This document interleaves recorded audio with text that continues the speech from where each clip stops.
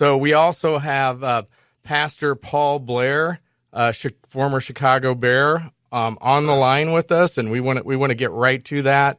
So let's start not with the elephant, but the bear in the room. You were in the Bears during the 1980s. Tell us a little bit about that. Get us warmed up. What's your favorite memory or a top 10 moment from your time on the team? Well, first of all, Jim and Gretchen, what an honor to be on the show with you guys today. Sounds like I am on the right program.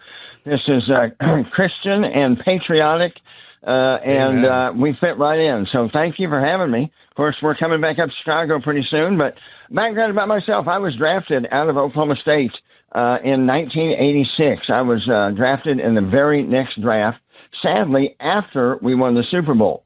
So I was part of the defending world champion Chicago Bears, but played alongside, Walter Payton, the legend in the game for his last 2 seasons, and under, Iron Mike Ditka, alongside Singletary and Hampton and McMichael and Jim McMahon and that bunch. So it was literally being on a team that was full of NFL legends, and it was just an honor to be a part of that incredible franchise. And yeah, of course, that's amazing. I mean, you just bring back a flood of memories. I mean, I love the Bears. I loved watching the Bears, especially the 1985, 86, and beyond Bears. So that's awesome to hear that.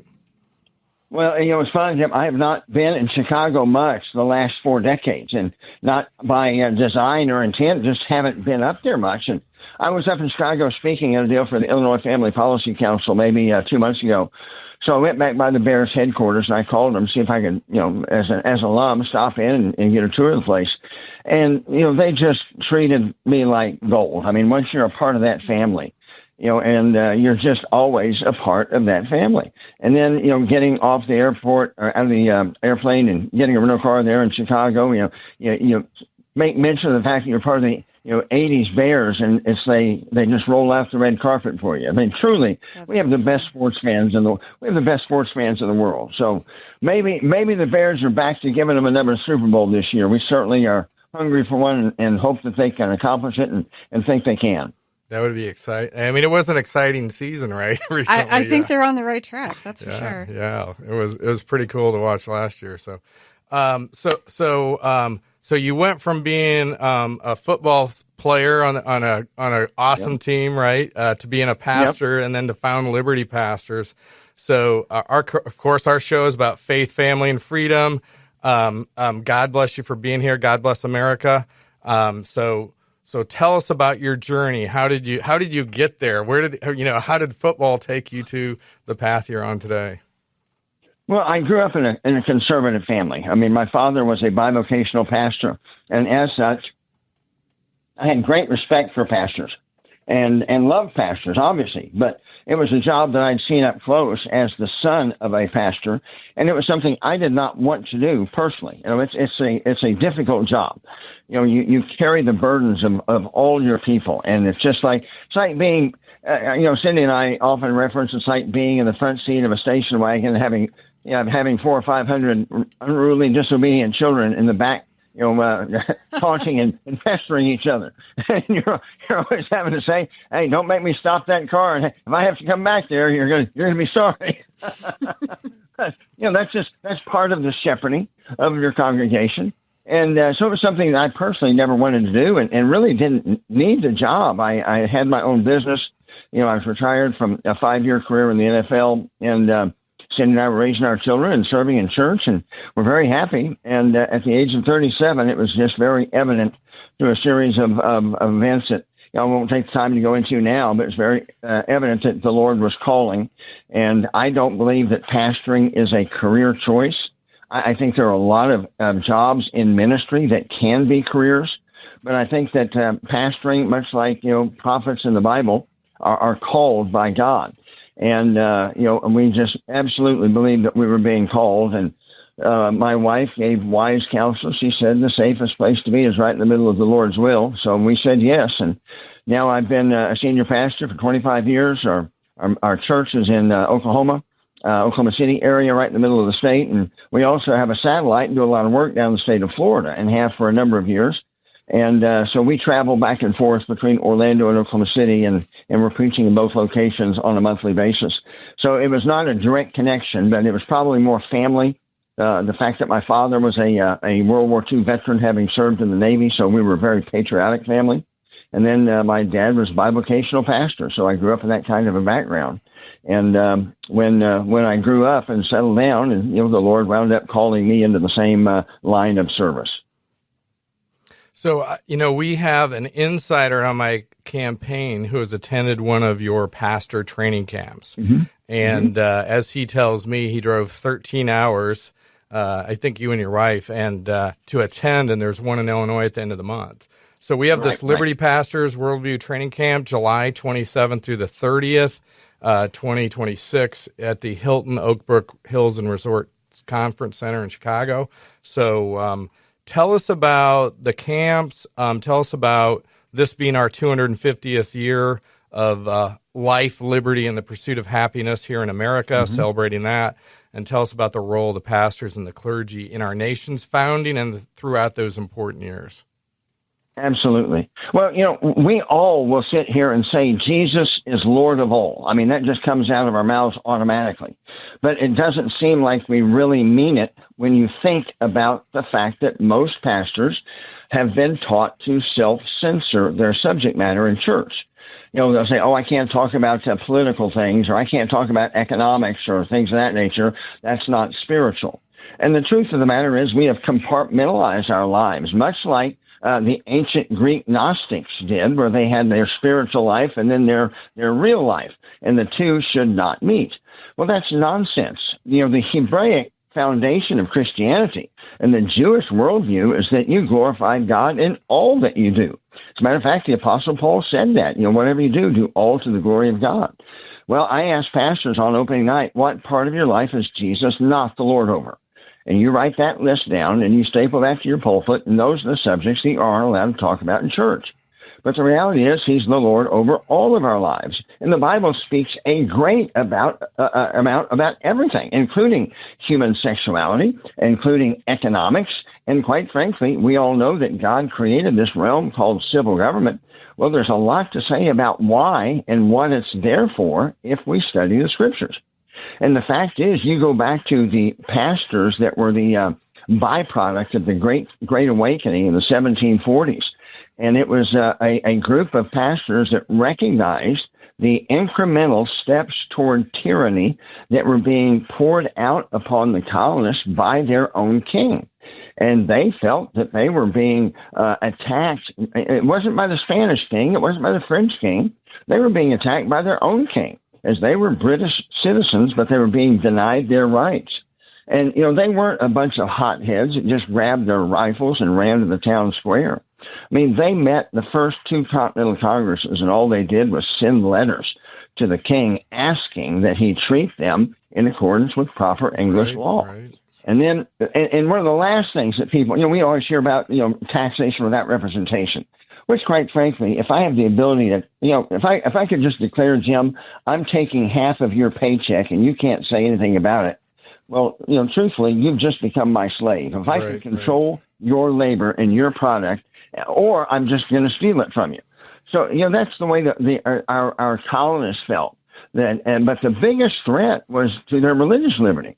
If you haven't seen the movie The Great Awakening, I recommend you do. So we're coming up on a break, so we're gonna come back to that. We will come back. I just want to touch on one thing that you said. So you were talking about pastors. Well, I felt that everything you said applies to us lay people. Like we've been indoctrinated, Absolutely. we've been coached, we've been shied in to say don't talk about this stuff.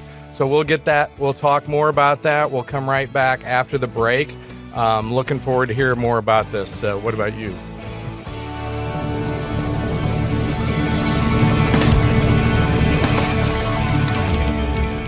And I'm proud to be an American, where at least I know I'm free. Now, back to the show about faith, family, and freedom. You're listening to Saving the American Dream with Jim Marter on AM 560. The Answer. This is Jim Marter here, your Republican nominee for U.S. Congress in the 14th District with Gretchen Fritz. and we've got Pastor Paul Blair with us, and we want to get back to the conversation that was going on right before the break. So let's go back there to the Great Awakening, and I think, Gretchen, you had a question too. Yeah, my question is about the conference, but what was it that you were wanting to say about the Great Awakening movie? Well, the Great Awakening movie was a very accurate portrayal, but it was that revival that really unified the 13 colonies to start thinking more as a team. There was unity between the Christian denominations. But the thing that was so novel is it was the pastors that taught politics from a biblical perspective.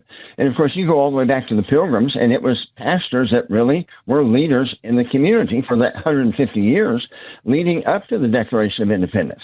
And they realized that the Bible said that the purpose of civil government was to punish evil and to protect the good, that we may live peaceably in all godliness. And whenever any government, in fact, these are the very words that Jefferson used, when any government becomes tyrannical and oppressive, then the people have the unalienable right to throw it off and alter it or abolish or replace it or amend it. So it was the pastors, really, that were the teachers of poli-sci among the 3 million colonists when we finally declared independence. But what I would invite the pastors to do is enjoy a free, almost free gift. What we want to do is we want to invite pastors to come and join us at the beautiful Hilton Oak Brook in Oak Brook, Illinois. It's a golf resort, beautiful, fantastic hotel.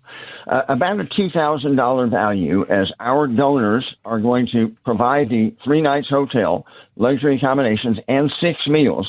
And if you've ever had 6 meals at a hotel, they charge you out the wazoo at hotels. It's about a $2,000 value, and all it costs a pastor is a $99 registration fee. We want them to come and enjoy a second honeymoon and enjoy some world-class speakers, men like Tim Barton and Bill Federer and Rick Green and others that are phenomenal historians on America's heritage and our Christian heritage. And then we also teach truth, and we want to educate these pastors on some of the threats that we face today. Primarily, we give them some basics on Islamism, communism, and globalism, which are the 3 big isms that are trying to take down our republic here called the United States. So we invite every pastor, and the subsidy is primarily for pastors. Anybody can come, because as I said a moment ago, it is about $2,000. It costs us about $2,000 per couple that attends. But pastors, it's only a $99 registration fee, and the rest is picked up. If someone else wants to come, it's still heavily subsidized, so we welcome anybody, but it's $4.99 for non-pastors. But we're really trying to reach pastors primarily because they're the disciple makers. We're supposed to be teaching our congregations to think biblically in the world. So there's nothing off limits. I mean, we want to educate these pastors to where they know that they cannot self-censor. They've got to be on the front line in the battle of truth. And quite frankly, Jim, I don't know if you knew it, but at the time of the signing of the Declaration, of course, there was not a federal constitutional mandate, but the original state constitutions. In every state, all 13, you had to be a Christian or you could not serve an office. Absolutely, right.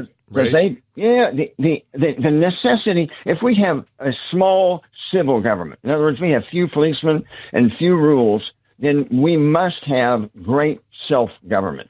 So we must have good neighbors. We must be good neighbors. We must know right from wrong and choose to do right from wrong if we don't want a policeman on every corner and lots of jails to make sure and keep people in line. So that's the key to freedom that our founders understood.